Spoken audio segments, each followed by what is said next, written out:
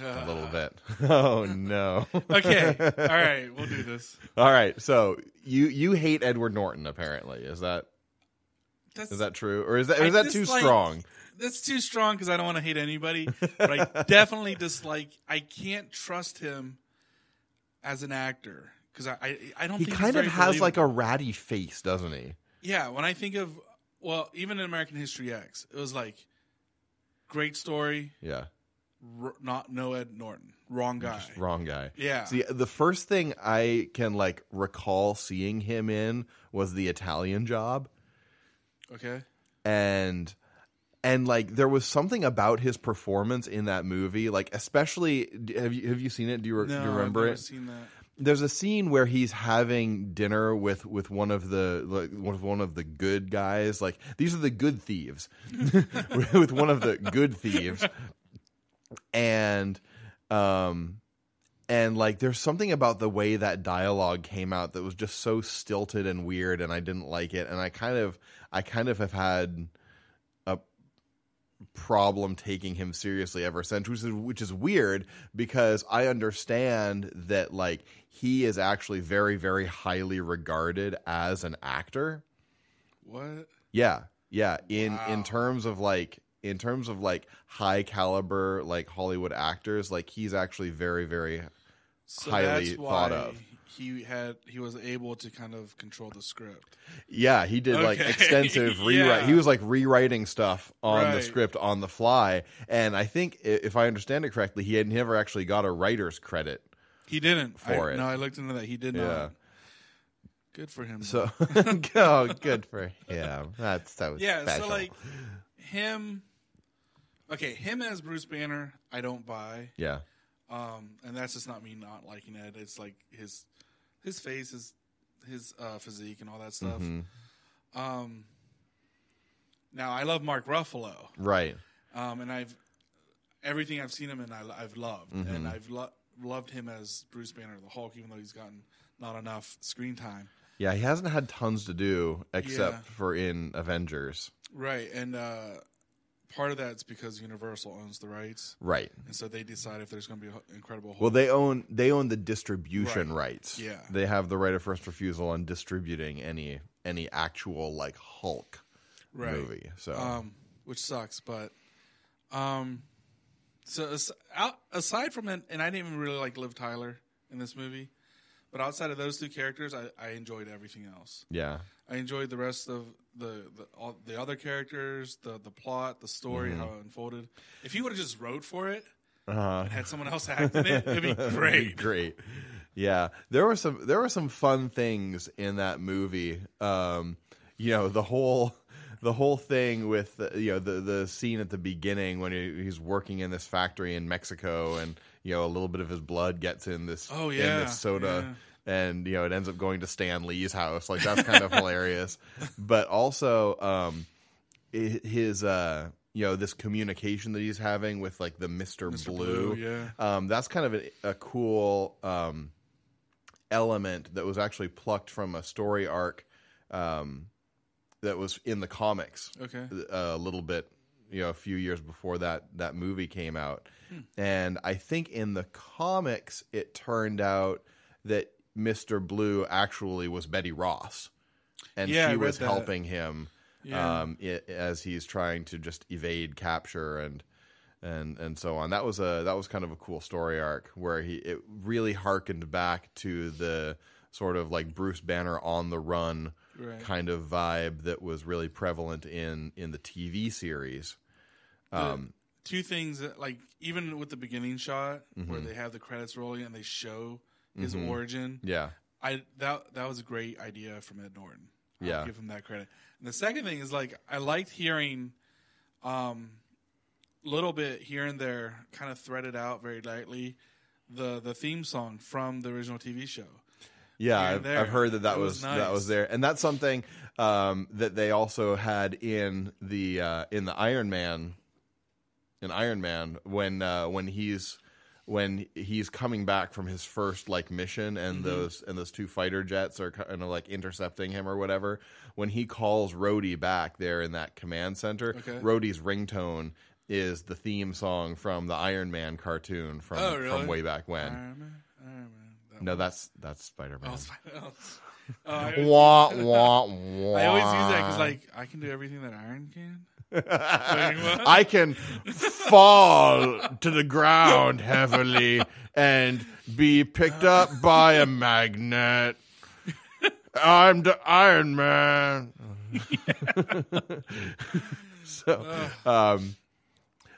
So this movie was actually like, it was intended as sort of like a semi-sequel. They weren't like completely ignoring the first Hulk movie. The Bana one. Yeah, the Eric Bana, which I think that movie deserves to be totally ignored. I watched that again not very long ago, and man, it is such a slog. You know, from what I can remember, they're progressive and they were willing to take risks. And that's all I can say about that. Man, it was risky with the Hulk dogs and he keeps growing for some reason. Oh, every time he gets more angry, he grows. Yeah, it's just bizarre and weird. And then the little, they made it look like a comic book with the little stabs. Yeah, that was so obnoxious. I hated it. Like, we're not little kids. Treat it with some respect. Yeah. Well, and that really is the thing that is setting the Marvel movies apart in, ever since Iron Man, is that they are totally respecting the source material. And I've said this before, like they get the character. Right. They understand the core of who this character is, and they're staying true to that. And at the same time, being totally willing to veer off in wildly different story directions, right? Because Iron Man, the first movie, signaled that really clearly at the end when he says, "I am Iron Man." Like that was something that Iron Man's identity wasn't publicly known until way on down the timeline in the comics. So. That's interesting how the movies are actually almost like reboots or re-origin stories, or of how comics will always they'll start here with a specific origin story, and then 30 or 10 years later, well, here's a new one. And depending on the different writers. Well, and see, and that also depends. It depends on if you're talking about Marvel or DC. True. Because what DC will do is they'll pull the Infinite Crisis kind of reboot sort of thing and just totally rewrite the history of the universe.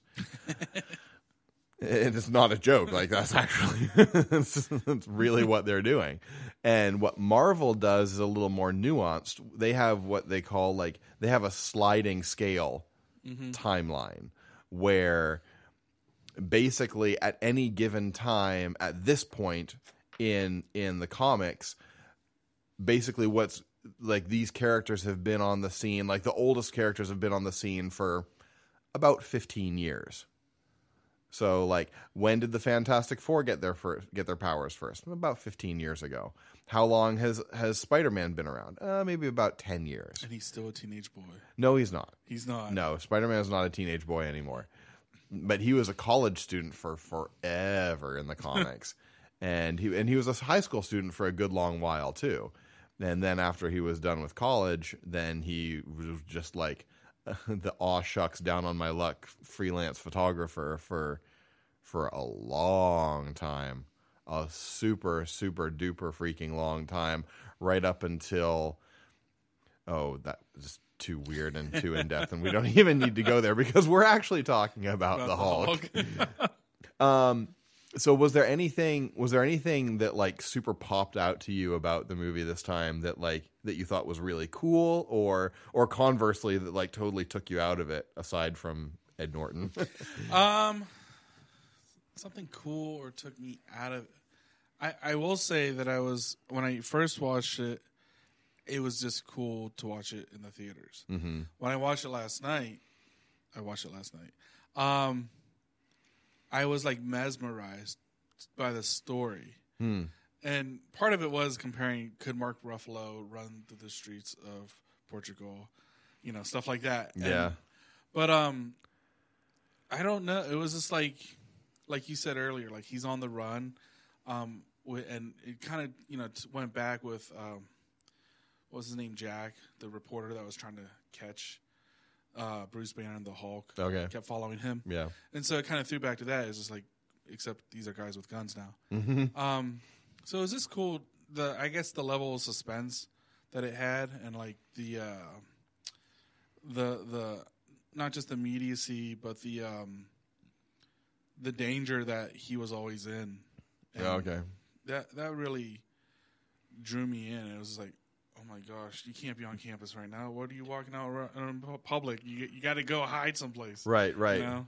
Well, and that is the interesting thing about Hulk, right? It's because, like, the Hulk is not a superhero, Yeah. Like Hulk is a freaking like force of nature, and all of the narrative drive of any good, I think, of any good Hulk story is Banner trying to keep this thing under wraps and trying to keep Hulk on a leash, if you will, and being worried about the consequences to everybody around him if he's not in control. So this, there's this sort of thematic thread of like being in control of yourself and like being uncomfortable with the nature of this thing that's inside of you. Right.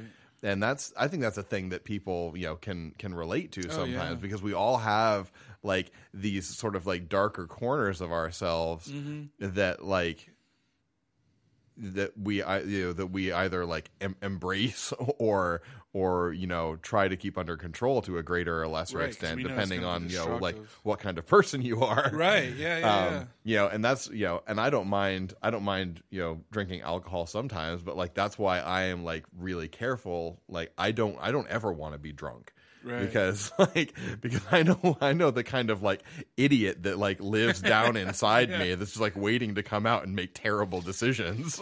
Yeah, I know my idiot. And but yeah, that's good because like you kind of see that maybe not as fully revealed throughout the whole story where he's because he said and he doesn't want to control it, he wants to get rid of it. Right. But then at the end where he's in the helicopter, the Abomination. He wasn't called that, but that's who it is. That's he was, the name of that character. Wreaking havoc, and he's like, I have to go out there. I have to save these people. Yeah.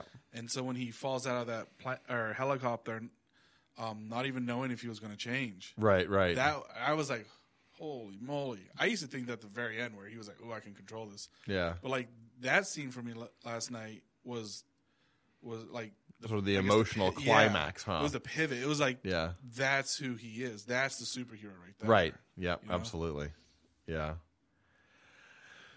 So in terms of, and we've been talking a little bit about in the other, looks at these other Marvel movies about the connective tissue that this brings that ties it into the MCU in general.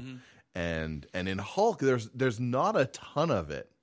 Like you see Stark on the side of like the sonic gun tank, and there's I think there's like a really quick like mention of like Nick Fury on a dossier somewhere.